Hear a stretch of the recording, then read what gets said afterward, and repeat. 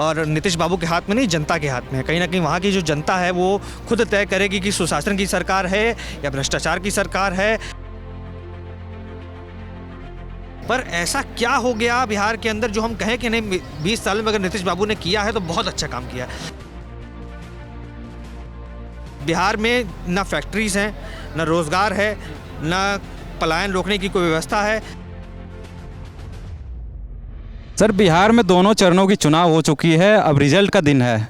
अब क्या लगता है सर कि जो नीतीश कुमार दावा करती है कि बिहार में विकास हो चुका है, सुशासन की सरकार है, जंगल राज खत्म हो चुका है, कैसे देख रहे हैं? देखिए पत्रकार महोदय, सुशासन की सरकार है ये तो तय करना हमारे और नीतीश बाबू के हाथ में नहीं, जनता के हाथ में है। कहीं ना कहीं वहाँ की जो जनता है वो खुद तय करेगी कि सुशासन की सरकार है या भ्रष्टाचार की सरकार है या जंगल राज की सरकार है। क्योंकि ये सारी चीज़ें जो भी नीतीश बाबू कह रहे हैं ये वो अपनी उपलब्धियाँ गिना रहे हैं। कहीं ना कहीं मेरा जो व्यक्तिगत रूप में मानना है कि आप बिहार को तब तक आप उस श्रेणी में नहीं डाल सकते जब तक आप एक बिहार को ऐसा मॉडल ना बनाए जिसको पूरी दुनिया अपनाना चाहे, पूरा देश अपनाना चाहे। आप मुझे बताइए पत्रकार महोदय, बिहार में पटना के अलावा कोई एक शहर बता दीजिए जिसमें आप कह सकते हो कि पटना के अलावा बिहार में एक ऐसा शहर है।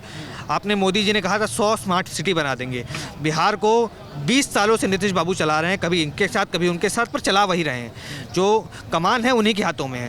पर ऐसा क्या हो गया बिहार के अंदर जो हम कहें कि नहीं 20 साल में अगर नीतीश बाबू ने किया है तो बहुत अच्छा काम किया है। मैं आज भी तस्वीरें देखता हूँ बिहार की, मेरा दिल कहीं ना कहीं बैठ जाता है कि किस तरीके से वहाँ शिक्षा की व्यवस्था है। चरवाहा विद्यालय जो लालू यादव ने खोले थे वही उसको बनाने की जगह उसको बिगाड़ दिया। भैंसें पड़ी हुई हैं, वहाँ विद्यालय चल रहा है, बच्चे आते हैं पढ़ने के लिए, वहाँ कोई किताबों की व्यवस्था नहीं है। जिस रास्ते से बच्चे जाते हैं, मैं एक वीडियो देख रहा था एक पत्रकार के, वहाँ के बड़े अच्छे पत्रकार, उन्होंने दिखाया कि किस तरीके से बच्चे जो कोचिंग पढ़ने जाते हैं वो ऐसे रास्ते से जाते हैं कि उस इलाके में रहने वाले 75% बच्चों को हर साल डेंगू मलेरिया होना तय है। तो इस तरीके की जिम्मेदारी जो अगर नीतीश बाबू अपने ऊपर नहीं लेना चाह रहे तो कहीं ना कहीं शर्म की बात है। अगर आप 20 साल सत्ता में रहे हैं और उसके बाद आप कह रहे हैं कि सुशासन की सरकार है तो कहीं ना कहीं अपने गिरबान में भी झांकने की आवश्यकता है। दावा तो ये भी करते हैं कि सर कि जंगल राज जब था बिहार गड्ढे में था, जब नीतीश कुमार को मिला तो गड्ढे से उन्होंने बाहर निकालने का काम किया बिहार को। देखिए नीतीश बाबू ने कहा, आप कह रहे हैं, मैं कहना चाहता हूँ यूपी भी गड्ढे में था। यूपी में कैसे सही हो गया 5 साल के अंदर, 10 साल के अंदर सब चीज़? आपने 20 साल लिए हैं नीतीश बाबू, आपको जवाबदेही देनी पड़ेगी। आप ये नहीं कह सकते, टाल सकते कि लालू के राज में ऐसा था तो हमारे राज में थोड़ा बेहतर हो। 20 साल एक बड़ा अरसा होता है। आप देख सकते हैं किस तरीके से 20 सालों में क्या से क्या हो सकता है। आप दुबई की हालत देख लीजिए, आप सऊदी अरेबिया की हालत देख लीजिए। 20 सालों में किस तरीके से उन्होंने विकास करके दिखाया है। कहीं ना कहीं वो एक ऐसी चीज़ है जिसको अपनाना चाहिए। आप देखिए किस तरीके से बिहार में ना फैक्ट्रीज़ हैं, ना रोज़गार है, ना पलायन रोकने की कोई व्यवस्था है।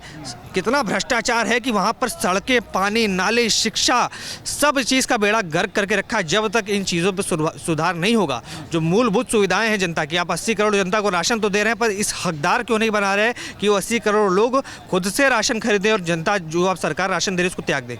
कहते हैं सुशासन का सरकार है बिहार में। अरे सुशासन का सरकार नहीं, जो अनंत सिंह ने कहा था उस चीज़ का सरकार है।